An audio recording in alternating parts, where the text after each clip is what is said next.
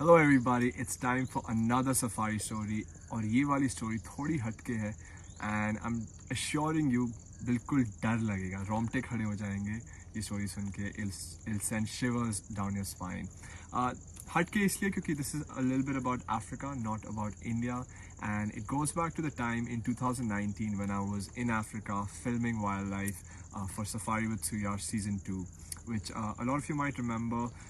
Because of COVID, वो second part of production kept getting delayed and eventually cancel हो गया, तो हमें कुछ नहीं करना पड़ा उस सारे footage से, and काफ़ी time में वो footage share करते रहता हूँ, काफ़ी लोगों को दिया भी है, conservation organizations को दिया है, but चलिए story पे आते हैं. So this was in Manyoni Private Game Reserve. There was a camp that I was working with and staying at for about 15 days. And before this, I had gotten a lot of training in wildlife and training in Big Five, how to track animals on foot, how to manage different kinds of scenarios that you can ensure your safety and also the safety of your guests. And also as a filmmaker and presenter, क्योंकि हम camera के सामने रहते हैं, जो भी हमारे wild life पीछे या सामने है उसको देखना पड़ता है and make sure करना पड़ता है कि they're not being dangerous or you're not being threatening to those animals. So I was learning a lot of these things, and there was a time that I was following this lion pride.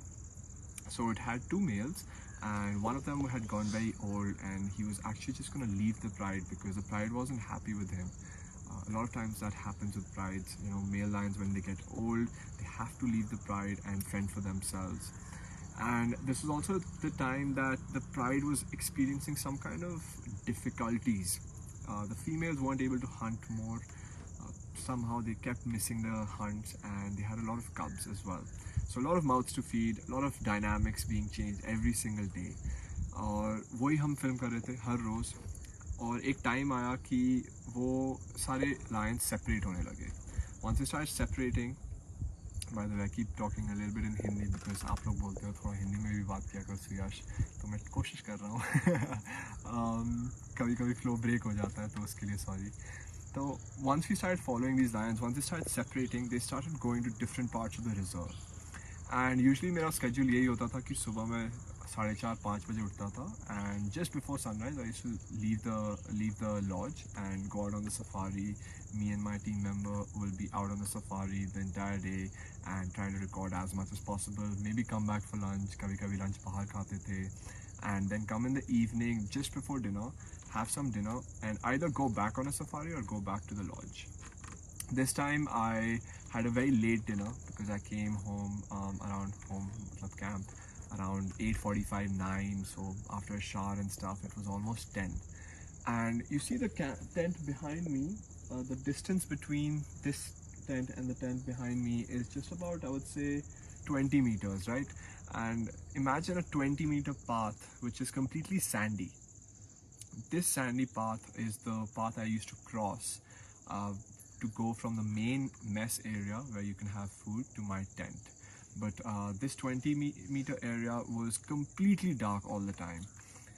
And I came back, took a shower, went for dinner, and then I forgot something in my room. So I went to get that back, okay?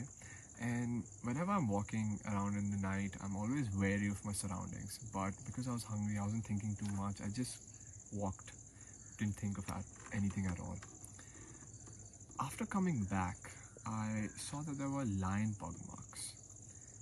And I was like, oh my god, these are very fresh, because when I was coming here, I had a torch, I was looking at the road, but just walking fast, I didn't even notice it. So just on top of my tracks, I noticed that there were lion pug marks. But what was even scarier was that there was a sort of a drag along with the pug marks, going very slowly, and the front pug marks were deeper than the back ones.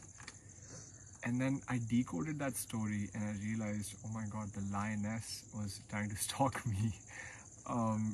Because when she was down on the floor and moving like this, her chest was rubbing against the sand and she was trying to stalk me.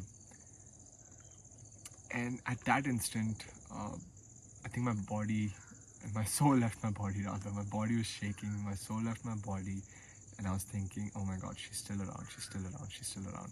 So I put the torch around, I stomped my feet, I screamed a little bit, like, hey, hey, hey. but I couldn't see the lioness.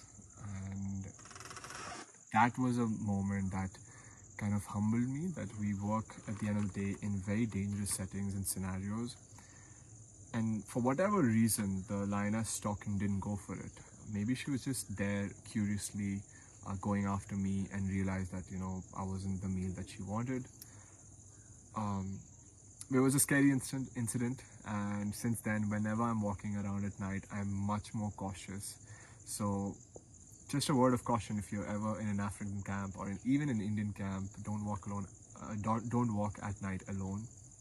Be very, very careful. Anyway, I hope you enjoyed that safari story. If you like that, please do share it with your family and friends, and I will continue to share more stories like this. I think I have such a plethora of these stories because I spent 300 days in the wild, and I've been doing that for the past couple of years. So these stories are gonna keep coming and coming. Thank you for the love. Take care, and bye-bye.